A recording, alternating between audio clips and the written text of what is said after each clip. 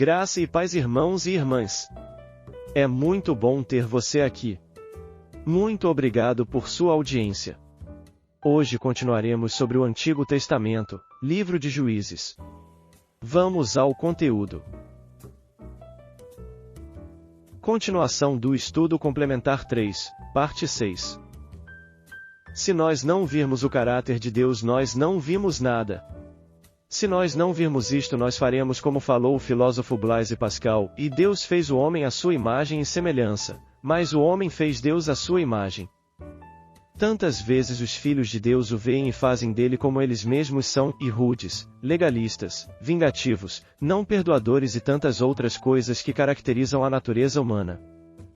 Quando a Bíblia fala da ira de Deus, a primeira ideia que temos é a da ira humana e não de zelo, de ciúme e de amor. Mas pensamos numa ira humana que rejeita, que fere, que tem o objetivo de promover vingança e dor contra quem ela é desferida. É por isto que devemos, pela palavra de Deus, ter nossas mentes transformadas para compreendermos quem verdadeiramente Ele é e quem verdadeiramente nós somos. A ideia humana que fazemos quando a palavra fala que Deus os deu aos seus espoliadores é a de que Ele nos rejeitou, quem sabe até mesmo num momento de ira irrefletida. Isto nunca poderia ser o nosso Deus. Ao contrário, o que a palavra diz é que o nosso Deus, ardendo em ciúmes, entregou os seus amados para os seus espoliadores. A palavra espoliadores é muito expressiva. Por quê? Porque significa que eles iriam gastar a vida e a alma daqueles judeus para, no final, deixá-los abandonados, largados e completamente subjugados. De alguma forma o Senhor permitia que estes povos, estes deuses eram levantados para dominar sobre Israel. A dominação se dava por períodos de 20, em alguns casos, até 40 anos. Ao final, aqueles judeus estavam gastos e se viam oprimidos, vencidos, sofregos, angustiados, completamente pobres, arrasados. Sem comida, sem mantimento, sem nada, sem condição de sobrevivência. Eles foram levados ao limite. Experimentavam um profundo aperto. Que paradoxo, não? Afinal, eles se submeteram àqueles deuses buscando alguma satisfação. Este é o engano do pecado. Então, neste contexto, e somente assim, é que Deus podia encontrar um caminho para recuperar de novo o coração daquele povo para Ele mesmo. E Deus o fazia por meio de juízes que o Senhor mesmo levantava para promover este retorno. É como se o Senhor dissesse, e viram? Vocês entenderam? Perceberam agora que eu, somente eu, sou a fonte de águas vivas. Somente eu sou o manancial. Não há nenhum livro em toda a Bíblia que expresse de forma mais clara a questão dos conflitos interiores e a questão da batalha espiritual, porque esta podridão aqui revelada vem, na verdade, de dentro de nós. Certo irmão chamado T. Austin Sparks chegou a dizer certa vez que todas as vezes que lia o livro de Juízes sua vontade era de sair correndo e se lavar, tal a sujeira que impregnava seu ser pela sensível consciência da mensagem deste livro como expressão do que é a natureza humana. A expressão deuses citada tantas vezes neste livro poderia ser mais claramente especificada da seguinte forma: e deuses são tudo aquilo que nós erguemos em nossos corações, com vistas a termos uma plena satisfação, fora de Deus. Não importa o que seja. Pode ser uma pessoa, uma situação e etc. E isto não significa que o cristão vive sem satisfação. Na verdade, significa que o verdadeiro cristão tem em Deus, e somente nele, a sua plena satisfação. E sabe que aquilo que Deus dá, trabalho, família, saúde, recursos financeiros e etc. são coisas boas, mas ainda assim não satisfazem plenamente, porque não são Ele mesmo.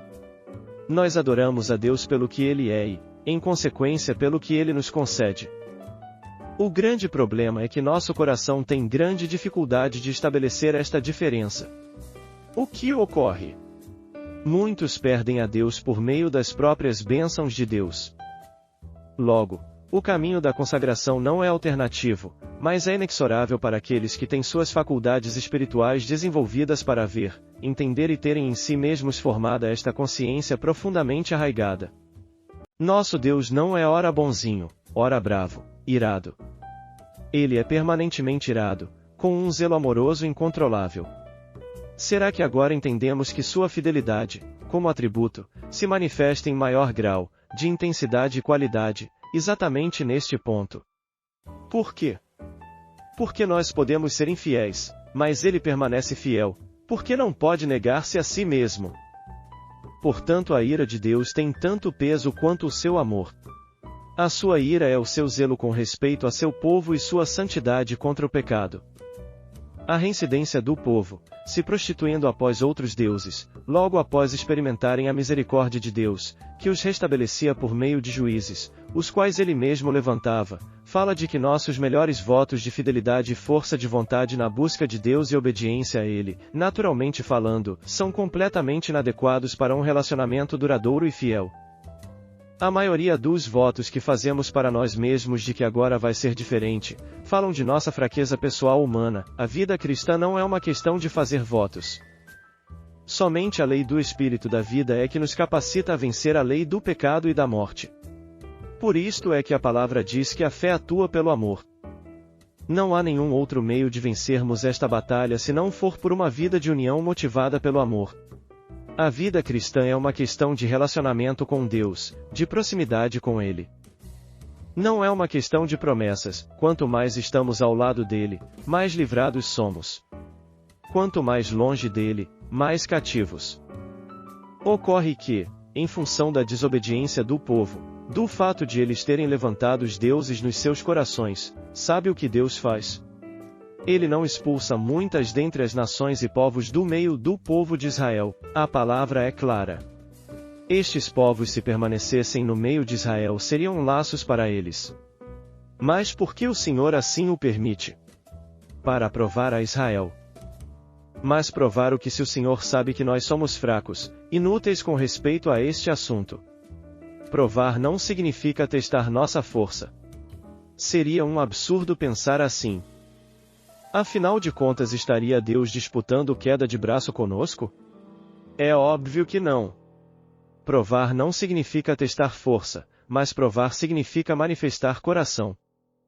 Isto é que é provar. Então a pergunta é, por que Deus permite que ídolos estejam diariamente nos convidando a nos prostituir com eles, dizendo assim, e vem cá, que eu vou matar a sua sede.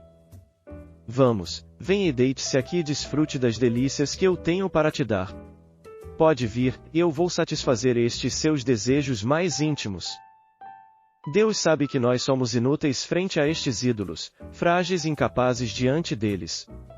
Não é para medir forças que Deus permite tudo isto, mas para que os nossos corações sejam plenamente expostos. Porque quanto mais o nosso coração for exposto no seu desamor, for exposto na sua fraqueza, na sua debilidade, na sua dificuldade de crescer na sua intimidade com Deus, quanto mais formos sendo levados ao fundo do túnel, que foi o que o Pai fez com o Filho pródigo, tanto mais somos rendidos em nós mesmos a Ele no sentido de ver nossa profunda necessidade dEle, e nossa profunda consciência de que somos nada, de que somos corruptos e de que não há nada em nós que poderia despertar o amor dEle. E assim, recebendo o amor e o perdão do Pai, tendo aumentado a consciência deste amor e perdão em nós, poderemos amá-lo mais profundamente, vivendo a partir de então, e cada vez mais de forma crescente, uma vida de real união com Ele. Porque a união real, íntima e profunda só se dá pelo amor, mas por que é assim? Afinal, parece-nos tão doloroso? Sim, é doloroso sermos confrontados com o que somos. Mas devemos ver por outro lado, somente muito ama quem se reconhece como muito perdoado. Obrigado por assistir até aqui. E não perca a continuação no próximo vídeo. Graça e paz, irmãos e irmãs.